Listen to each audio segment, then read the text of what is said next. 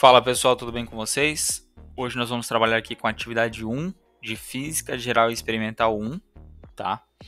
Vamos fazer uma leitura aqui do enunciado primeiro e entender aí como fazer o diagrama de corpo livre de um objeto, de um objeto em movimento uniformemente variado, tá? Se vocês precisarem de apoio nas demais atividades, além dessa, que é a atividade 1, nosso contato está na descrição, tá? Primeiro contato que aparece aqui abaixo. É só entrar em contato que a gente vai atender, tá bom? Vamos dar início então, deixa eu pegar aqui. Contextualização. Se um corpo está em movimento retilíneo acelerado ou retardado, a resultante das forças que agem sobre ele não é nula. Essa relação é conhecida como princípio fundamental da dinâmica para o movimento retilíneo, ou segunda lei de Newton, para o caso particular do movimento retilíneo. Uma empresa de transporte precisa deslocar um pacote pesado de 10 kg sobre uma superfície plana no seu armazém. O pacote está sendo puxado por 20 metros a partir do repouso por um robô com uma força horizontal constante de 50 newtons para que o mova. O coeficiente de atrito entre o pacote e a superfície é de 0,2, devido ao tipo de material do piso. Tá, deixa eu só grifar, que é mais importante aqui para nós, ó. Um pacote pesado de 10 kg, tá? Sobre uma superfície plana. Está sendo puxado, tá? Puxado por 20 metros a partir do repouso por um robô, com uma força de horizontal de 50 newtons, para que o mova. O coeficiente de atrito entre o pacote e a superfície é de 0,2, devido ao tipo de material do piso. Considerando que o robô e o pacote realizam um movimento uniformemente variado, e que para padronizar o movimento de todos os robôs, você deve preencher uma ficha com alguns dados, considere a aceleração da gravidade igual a 9,1, tá?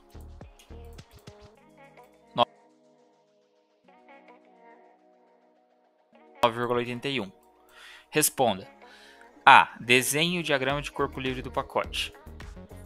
Só o que é o diagrama de corpo livre? É como se você fosse pegar o eixo das ordenadas e das abscissas, tá?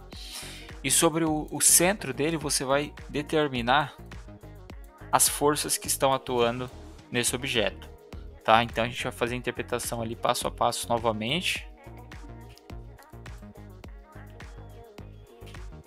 para que vocês consigam entender. Então a gente tem um pacote pesado de 10 kg, eu vou representar como um quadrado aqui, ó. Tá?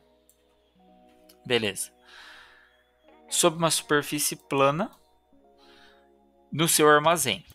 O pacote está sendo puxado por 20 metros a partir do repouso por um robô. Então, pessoal, ele está sendo puxado, tá? Essa força que eu vou chamar de força do robô, força R, tá?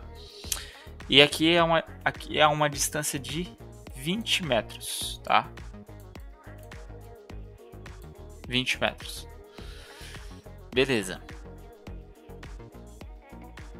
E uma força constante de 50 newtons, tá? 50 newton. O coeficiente de atrito entre o pacote e a superfície é de 0,2 devido ao material do piso. O que seria o atrito? O atrito é o contato do material com a superfície plana do pacote, no caso, né? Com a superfície. Então, tá aqui a superfície, ele está sendo arrastado, tá? E aqui é gerado um atrito entre o objeto e a superfície. Então a gente tem uma força na direção contrária, né, que age contra a força do robô, que é a força de atrito, que limita um pouco a velocidade do objeto. Além disso, a gente sabe tá? Pela análise geral, e nós sempre vamos ter uma força peso atuando, tá? Isso aqui é uma reta, tá? Força peso atuando, que é o próprio peso do pacote. O pacote ele tem 10 quilos, ó, vou marcar aqui no meio 10 quilos, beleza? Então ele tem um peso, uma força que mantém ele para baixo. E como que esse pacote ele não afunda, né, no chão, na superfície? Porque existe uma força normal, que a gente chama de representada por N ou Fn, como você preferir, tá? Fn, que é a força normal. Então, retirando aqui esses rascunhos aqui, ó.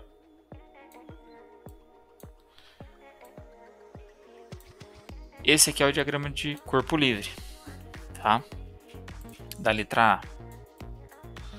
Que ele pede aqui, ó, desenhe o diagrama de corpo livre para o pacote. Então, nós temos 4 forças atuando sobre esse objeto. Nós precisamos determiná-las através das leis que nós vamos aplicar, tá? E na B, então, ele vai pedir qual que é a força de atrito entre o pacote e o piso. Ele quer saber o valor da força, então ele está pedindo em Newton, tá? O que foi fornecido aqui foi o coeficiente de atrito. A partir dele a gente consegue encontrar o valor da força de atrito de fato em newtons, tá? Então a gente vai precisar calcular isso certinho. Primeiro, a gente precisa analisar aqui na B as forças em Y, tá?